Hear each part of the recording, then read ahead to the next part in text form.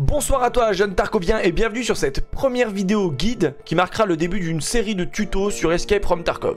Si tu lances le jeu pour la première fois et que tu es un petit peu perdu au lancement entre le choix de la faction, la multitude d'items dont tu ne connais rien du tout et que tu ne sais pas quoi faire pour commencer à jouer au jeu, sache que cette vidéo va certainement t'aider. Avant qu'on rentre dans le vif du sujet, sache que EFT est un jeu très gourmand et tu auras beaucoup de galères au niveau des FPS, de la fluidité du jeu si tu l'optimises pas un peu.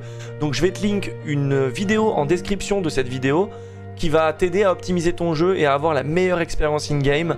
C'est Maple qui l'a réalisé et merci à lui. Elle est un peu longue, mais suis bien cette vidéo étape par étape si tu veux optimiser ton jeu le mieux possible. Et nous voici in-game avec ce premier choix terrible que tu dois faire lorsque tu commences EFT, choisir ta faction. Bir, USEC, Bir, c'est trop compliqué, c'est trop dur, t'es perdu, déjà ça commence, c'est mal. Pas de panique. C'est pas très difficile. Bir, c'est les Russes, ton personnage il va parler russe in-game. USEC, c'est les Américains, ton personnage va parler américain in-game. Petite subtilité, quand tu vas commencer Bir ou quand tu vas commencer USEC, tu vas avoir des items qui vont t'être donnés. Donc si jamais tu es un grand fan de la M4 et tu veux absolument commencer ta game avec des M4, tu choisiras USEC.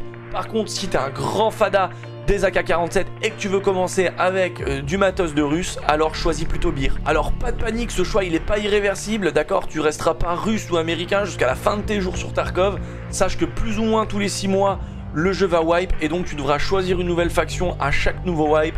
Donc si t'avais pas aimé la première faction que t'avais choisie, t'auras l'occasion de changer plus tard. Donc la personnalisation du personnage, elle t'est propre, tu fais ce que tu veux. Moi, hop, je fais au pifomètre, belle gueule de vainqueur. Et nous voici du coup dans le menu de Tarkov. On va commencer par l'onglet personnage, t'inquiète pas, on va voir chaque onglet ensemble. L'onglet personnage, donc c'est ton personnage principal, celui que tu viens de sélectionner. Donc nous on a pris USEC, donc on commence avec des M4. Et voici tout l'inventaire que le jeu t'offre pour débuter. Donc nous on commence avec 500 000 roubles, puis des MP5 dans ton inventaire, des casques audio, je vais t'expliquer à quoi ça sert, des sacs à dos pour stocker de l'équipement que tu vas trouver en raid, à boire, à manger, de quoi te soigner, bref. Un petit arsenal pour bien débuter le jeu. Alors précision très importante, ce que vous voyez ici c'est une édition standard, donc l'édition à 40 €. Donc si vous venez juste d'acheter Escape from Tarkov et que vous avez acheté l'édition de base, c'est celle-ci que vous avez également et c'est l'inventaire que vous devriez avoir. Il existe d'autres versions, une à 60 €, une à 70 € et une à 100 €.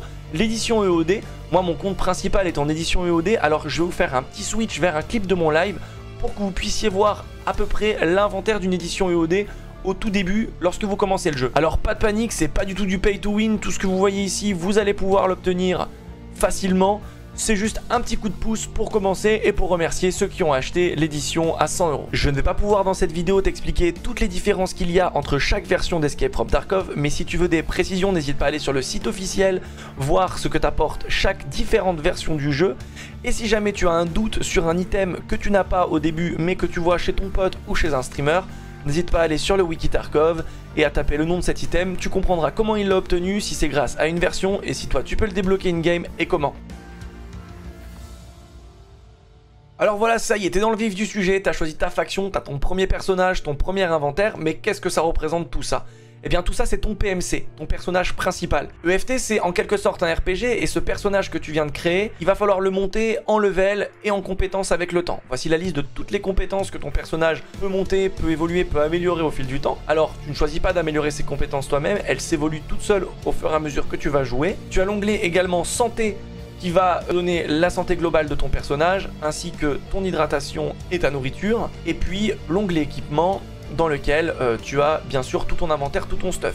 Tu as également l'onglet quête qui va récapituler l'intégralité des quêtes que tu as actuellement d'actives. Je vais t'expliquer comment aller chercher ces quêtes et où aller les chercher. Et bien sûr l'onglet général qui va te récapituler l'intégralité de tes stats, le nombre de raids que tu as fait, etc., etc. Alors ça y est, c'est bon, c'est familier tout ça, tu as bien compris l'onglet personnage, à quoi il servait et ce que tu venais de faire. Maintenant, que faire avant de lancer ton premier raid sur EFT, avant de lancer ta première game? Il va falloir que tu ailles dans l'onglet commerce et ici se trouvent les PNJ marchands. Ces PNJ marchands sont très importants puisqu'ils vont te permettre d'acheter du stuff, d'acheter de l'équipement, de vendre également le stuff que tu vas réussir à ramener de tes raids et surtout ils vont te donner des quêtes, ces quêtes qui vont te permettre de monter ton XP global, d'accéder à de l'équipement de meilleure qualité encore et encore. Alors le premier conseil que je peux te donner lorsque tu arrives dans cet onglet, c'est d'aller chez chaque marchand et de découvrir les équipements qui n'ont pas encore été découverts. Pour ça, clique molette. Ça va t'apporter un petit peu d'XP, ça va te permettre de monter gentiment vers ton niveau 2 Et surtout, c'est quelque chose que tu n'auras pas besoin de faire en raid lorsque tu seras en train de fouiller un inventaire. Et donc ça t'évitera de mourir bêtement en essayant de comprendre quel est l'item que tu viens de ramasser. Une fois que tu as découvert ces items, tu verras qu'en haut tu as 3 onglets chez chaque marchand. Acheter, pour acheter donc du coup du stuff. Vendre, pour vendre le stuff que tu as dans ton inventaire et dont tu ne comptes pas te servir. Et tu as l'onglet quête qui est très important, puisque c'est celui-ci qui va te permettre d'avancer et d'évoluer sur Tarkov. Pour accepter une quête très simple, tu cliques dessus, tu fais accepter comme je viens de faire, et ça va te donner du coup ta première quête, avec tout un descriptif de ce que tu dois faire et où tu dois aller. Parfois ce descriptif n'est pas très clair, donc si jamais tu as besoin d'informations complémentaires, n'hésite pas à te diriger vers le wiki Tarkov, c'est ton meilleur allié. Alors je sais que ça peut paraître un peu barbant, moi quand j'ai commencé le jeu et que je suis arrivé sur ce site, il y avait tout un amas d'informations et j'avais un petit peu du mal à m'y retrouver, mais si tu es tout seul, et si vraiment tu ne comprends pas ce que tu dois faire sur une quête, et que tu n'as personne pour t'aider, le wiki Tarkov c'est vraiment ton meilleur ami.